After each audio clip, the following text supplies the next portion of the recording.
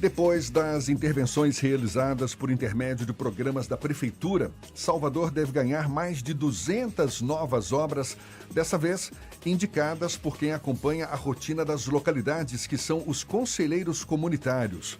Esse pacote de intervenções nas áreas administradas pelas prefeituras bairro de Salvador já foi anunciado. Quem fala mais sobre o assunto conosco é o secretário-geral de Articulação Comunitária e Prefeituras Bairro de Salvador, Luiz Antônio Galvão, nosso convidado aqui no Isso é Bahia. Seja bem-vindo, Luiz Antônio. Bom dia. Bom dia. Obrigado aqui pela presença. É uma satisfação enorme poder participar do programa Isso é Bahia, falar com seus ouvintes e poder falar um pouquinho mais sobre o papel das prefeituras bairros na cidade de Salvador. São quantas novas obras e quando começam a ser executadas? Na verdade, no ano passado, o prefeito destinou um orçamento de 10 milhões de reais para todas as prefeituras bairros, ou seja, 1 milhão de reais para cada prefeitura bairro. Nós temos hoje a cidade dividida em 10 regiões administrativas, e cada prefeitura bairro ela recebeu o orçamento de 1 milhão de reais para que pudesse, através dos seus conselheiros comunitários, indicar obras de necessidade dos principais bairros da cidade. Para o ano de 2020. Para o ano de 2020. O prefeito, na verdade, ele já deu a ordem de serviço, ou seja, ao todo são 264 novas obras, agregadas ao conjunto de obras que serão entregues para a cidade. Na verdade, as obras já começaram, a maioria delas já começaram, e a gente deve entregar todas elas aí provavelmente até junho de 2020. Agora, são de fato obras indicadas pelos conselheiros municipais que estão mais em contato com as comunidades? Na verdade, isso faz parte do programa de orçamento participativo da Prefeitura de Salvador. Os conselheiros comunitários, eles levantaram, na verdade, as principais demandas. A gente, com a nossa equipe técnica, a gente vistoriou todas essas demandas. Para vocês terem uma ideia, foram indicadas em torno de 365 obras. Algumas obras realmente não tinham viabilidade técnica para serem realizadas. Junto com o corpo técnico da Prefeitura, a gente fez o projeto de toda dela, viu a viabilidade delas e, a partir disso, a gestão tomou a decisão de executar essas 264 obras aprovadas para a cidade. Em geral, que tipo de obra? São obras, na verdade, são pequenas intervenções, aquelas obras realmente que interferem no dia a dia da comunidade, desde escadaria, recapeamento asfáltico, às vezes uma iluminação que a gente não consegue identificar num ponto um pouco mais distante. Essa emenda, esse orçamento, na verdade, ele não pode ser confundido com aquela emenda parlamentar que é destinada realmente para os vereadores. Realmente é um orçamento complementar para que a própria comunidade ajude a prefeitura a chegar onde habitualmente ela não está acostumada a chegar. Quais comunidades, em geral, vão ser as mais beneficiadas? Na verdade, isso dependeu, da roda de conversa de cada regional. A gente tem, por exemplo, regional que serão contempladas com 12 obras, como nós temos também a regional do Cabula, que vai ser contemplada com 52 obras. Como, na verdade, a gente não definiu a quantidade de obras e sim o orçamento para cada prefeitura bairro, eles ficaram à vontade para definir aquilo que era mais importante para eles. Algumas escolheram as obras um pouco mais estruturantes, outras escolheram obras mais simples, então não teve uma definição, você só pode indicar 10 obras ou 15 obras, não. A gente tinha um orçamento de 1 milhão de reais e a gente trabalhou com esse orçamento de 1 milhão de reais. Eles indicaram as obras, a gente fez os projetos técnicos, fizemos os orçamentos. Quando chegou, na verdade, nesse orçamento de 1 milhão de reais, a gente aí teve que dar uma parada. Parou e fica Essas para o intervenções, elas são complementares a projetos como o Vim do Nosso Bairro, por exemplo? Isso, na verdade, faz parte também do programa de orçamento participativo da Prefeitura. A gente fez, na verdade, lá em 2014, o maior programa de consulta popular da história da cidade, que é o Ouvindo Nosso Bairro. Nós fizemos reuniões em todos os bairros da cidade, onde foram levantadas as principais demandas. Em 2017, a gente fez uma nova edição do Ouvindo Nosso Bairro e trouxemos, na verdade, um componente tecnológico, um aplicativo para votação. Então, a gente conseguiu expandir muito a quantidade de pessoas participantes desse programa. E agora, na verdade, a gente está vindo com uma nova modalidade que é através desse orçamento por indicação dos conselheiros comunitários. Os conselheiros, na verdade, eles são eleitos pela comunidade, são representantes legítimos da comunidade. E aquelas demandas que foram levantadas no Ouvindo Nosso Bairro desde 2014 e 2017, talvez ela não fosse mais a prioridade do bairro nesse momento. Foi por isso que nós chamamos os conselheiros comunitários para poder participar dessa roda de conversa. Agora, vocês que conhecem as obras do Ouvindo Nosso Bairro, sabem quais são as demandas, vocês que vivem na comunidade, que têm contato direto com as lideranças, nos indiquem quais são as prioridades agora, que a gente tem um orçamento de 10 milhões de reais para poder contemplar novas obras para vocês. Como evitar que isso não vire um tipo de moeda política para que esses conselheiros comunitários venham a se tornar eventuais, como é que eu posso falar, o iniciozinho de uma carreira política, já que eles podem utilizar recursos públicos para dar uma alavancagem política nesse sentido? Na verdade, eu acho que isso faz parte da estratégia de diálogo da prefeitura com as comunidades, né? A gente trabalha muito conversando e ouvindo as pessoas, desde o primeiro dia de gestão. A gente, na verdade, não teme que isso aconteça porque acho que faz parte. A gente só vai conseguir realmente atender o anseio daquela comunidade se a gente ouvi-los e realmente soubermos qual é a real necessidade deles. Então é isso, na verdade, que a gente tem feito. A gente tem buscado esse diálogo, a gente não está utilizando isso como uma ferramenta política, como uma moeda política. A gente está usando isso realmente como instrumento de escuta da comunidade para poder realmente atender os anseios que são deles próprios, né? O que não impede disso eventualmente acabar acontecendo. Né? O que pode acontecer, que isso pode até acontecer, mas esse na verdade não é o objetivo do programa. A gente sabe que alguém pode querer capitalizar politicamente com isso, mas isso na verdade é um instrumento institucional de gestão. Então a comunidade, nós fizemos uma cartilha de comunicação, então, ou seja, eles sabem, não é a pessoa A, B ou C que está indicando essa obra, é um programa institucional da prefeitura. A gente tem uma cartilha indicando quais foram as obras que foram aprovadas, em quais regionais elas foram aprovadas, em quais bairros elas foram aprovadas, quais são os valores dessas obras. Então é um programa, mais um programa de escuta popular da Prefeitura de Salvador. Isso é válido para o orçamento 2020 do município? E existe algum tipo de perspectiva de trava para que, a partir do próximo ano, a Câmara de Vereadores, por exemplo, destine uma parcela desses recursos para que as prefeituras bairros continuem executando esse tipo de orçamento? Na verdade, o Ouvindo Nosso Bairro, ele já se tornou projeto de lei. Então, todo o primeiro ano de gestão, o atual gestor está obrigado, por força de lei, a fazer essa consulta popular para entender quais são as demandas da comunidade. Isso já está por força de lei. Esse programa que a gente destinou agora, a gente considera como um programa complementar, né? Um orçamento complementar que foi disponibilizado pelo prefeito no valor de 10 milhões de reais. É um orçamento muito significativo. A gente não vê outras prefeituras com orçamentos tão robustos para a consulta popular. Dificilmente você vai pesquisar e você vai encontrar isso em outra cidade. Então, a gente considera que é um programa complementar ao Ouvindo Nosso Bairro. A gente faz uma grande consulta, a ideia é você fazer uma grande consulta popular no início do seu mandato de gestão e a partir daí você executando essas obras conforme as indicações populares e criando novos instrumentos de revisão porque a gente sabe que principalmente numa cidade de Salvador como tá recebendo tantas obras, a gente sabe que essas necessidades, às vezes, elas acabam se modificando ao longo do tempo. Então a ideia é você fazer um grande programa de consulta popular e a partir disso com instrumentos de revisão para que você continue sempre atendendo os anseios da população. Vocês estão se baseando em algum modelo que já foi adotado no passado ou essa experiência está sendo agora para 2020? Na verdade, tive uma experiência no passado, quando era subchefe de gabinete, quando era chefe de gabinete do prefeito Assemineto. Então eu participei ativamente desse programa do Ouvindo Nosso Bairro, da construção dele. Fui, na verdade, visitar em outras capitais para saber como é que era esse modelo de gestão participativa dessas comunidades e confesso a você que não encontrei na literatura um programa tão robusto, tão completo de orçamento, realmente com resultado práticos de entrega de projetos, de obras em Salvador, até no mundo. Eu fui em 2017, eu fui com então diretor à época Júnior Magalhães para o Canadá, num programa que eles chamam de democracia participativa, e lá realmente o prêmio que foi contemplado a nível mundial dessa democracia participativa foi um prêmio lá da cidade de Madagascar, cujo orçamento disponibilizado para esse programa era de $28 mil. Na mesma época, se a gente fizer a transferência, né, a conversão do programa Ouvindo Nosso Bairro em dólar, a gente está falando de mais de $2 milhões que à época foi destinado para orçamento participativo. Naquela época a gente não conseguiu inscrever o programa nesse prêmio, mas esse ano a gente vai escrever esse projeto que nós fizemos.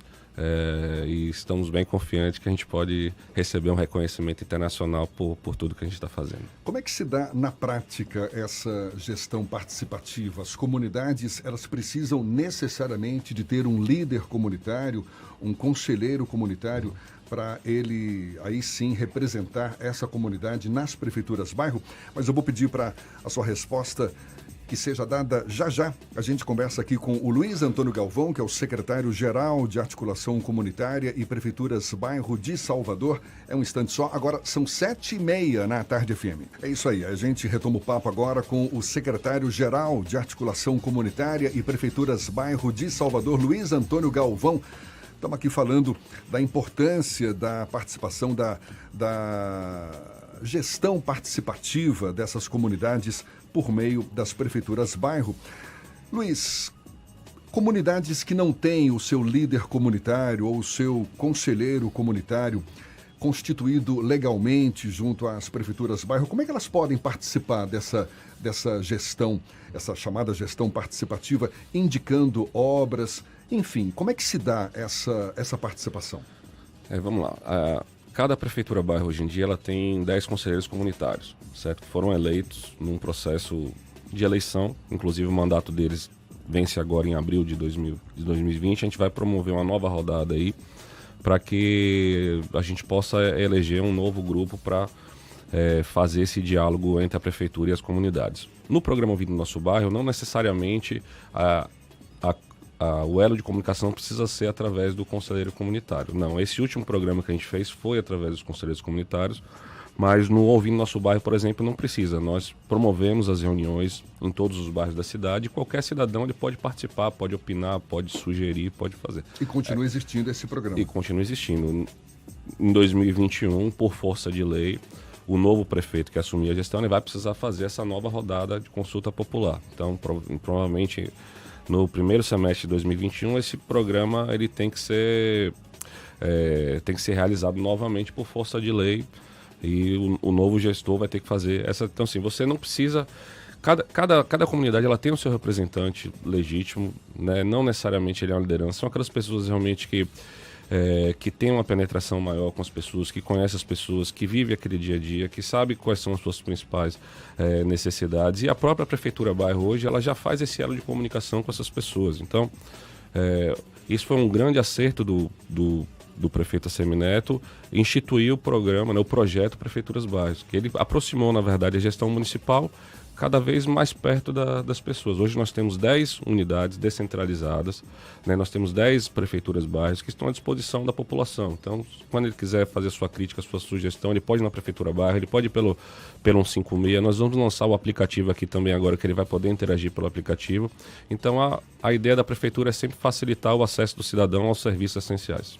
Na verdade, não é uma pergunta, é um apelo do Jesus Nelson, deve ser Nelson Jesus.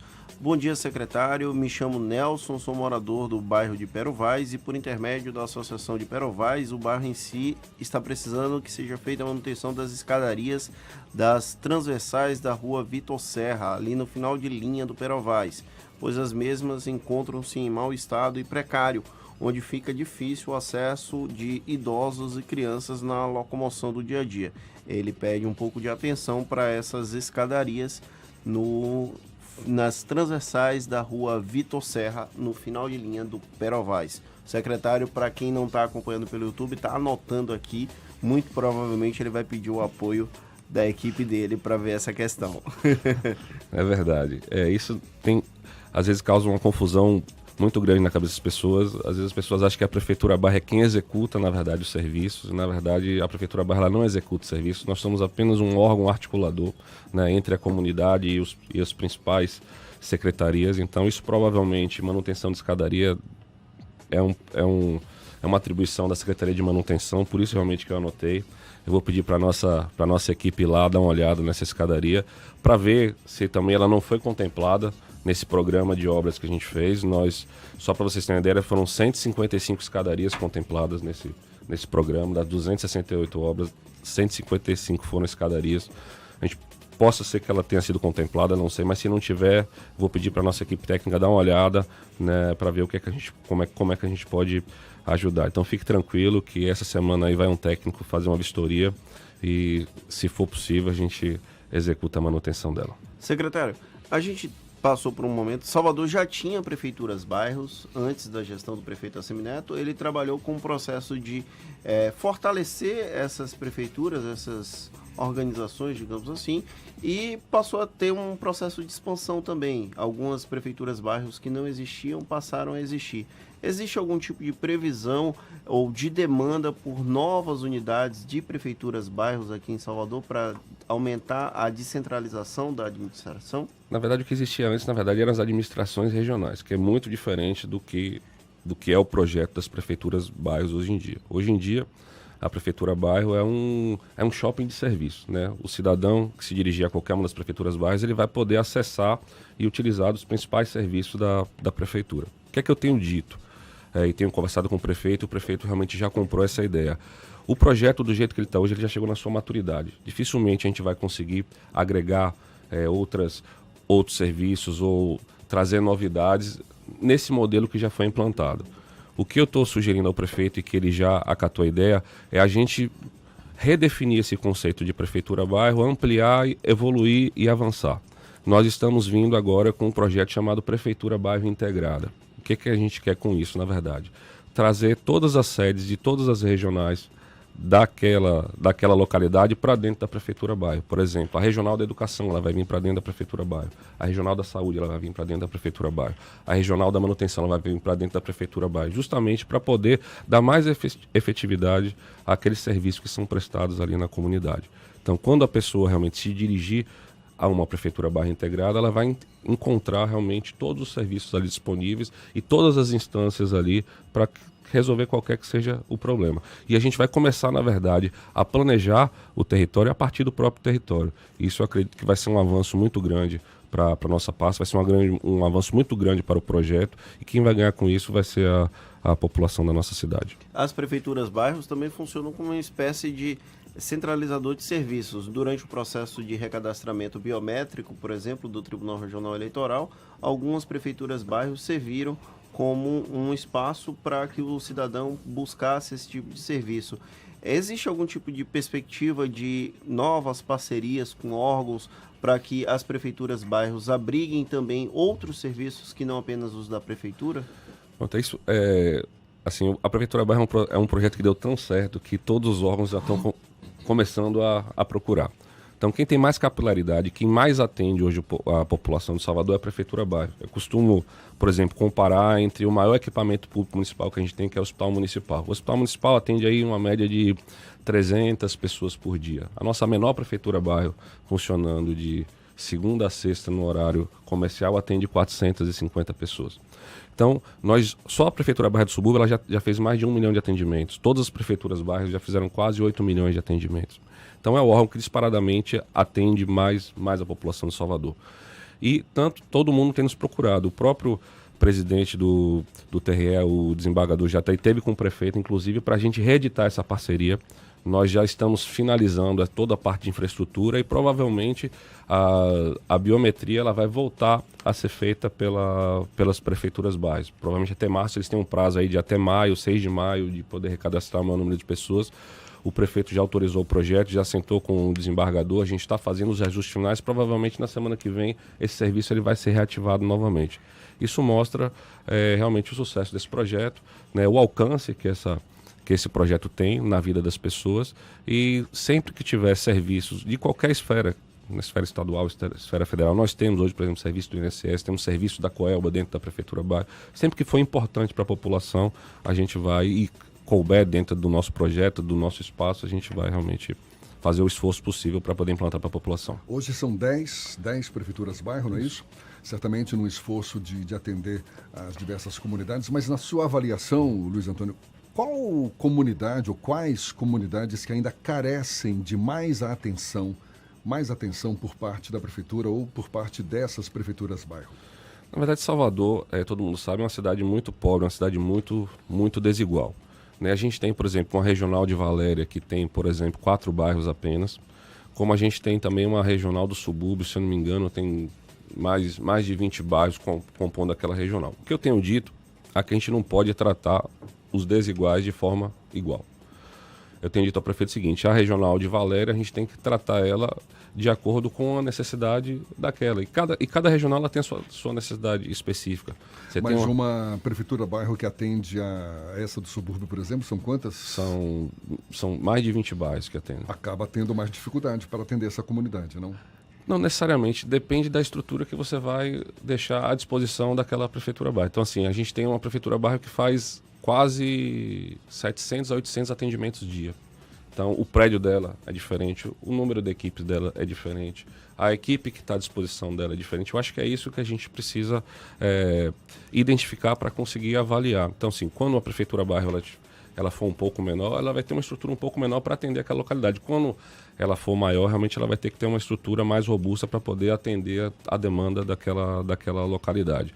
A gente precisa, na verdade, ter um pontapé inicial, que foi como a gente começou, né? Salvador foi dividido em 10 regionais administrativas. Você vai perguntar, é a situação ideal? Não é. Eu acho que para início de projeto, que é um projeto muito novo, a gente está falando aí de 4 anos de projeto, é um projeto realmente que ele já está numa maturação. Eu não acho que não vejo a necessidade da gente rever a quantidade agora.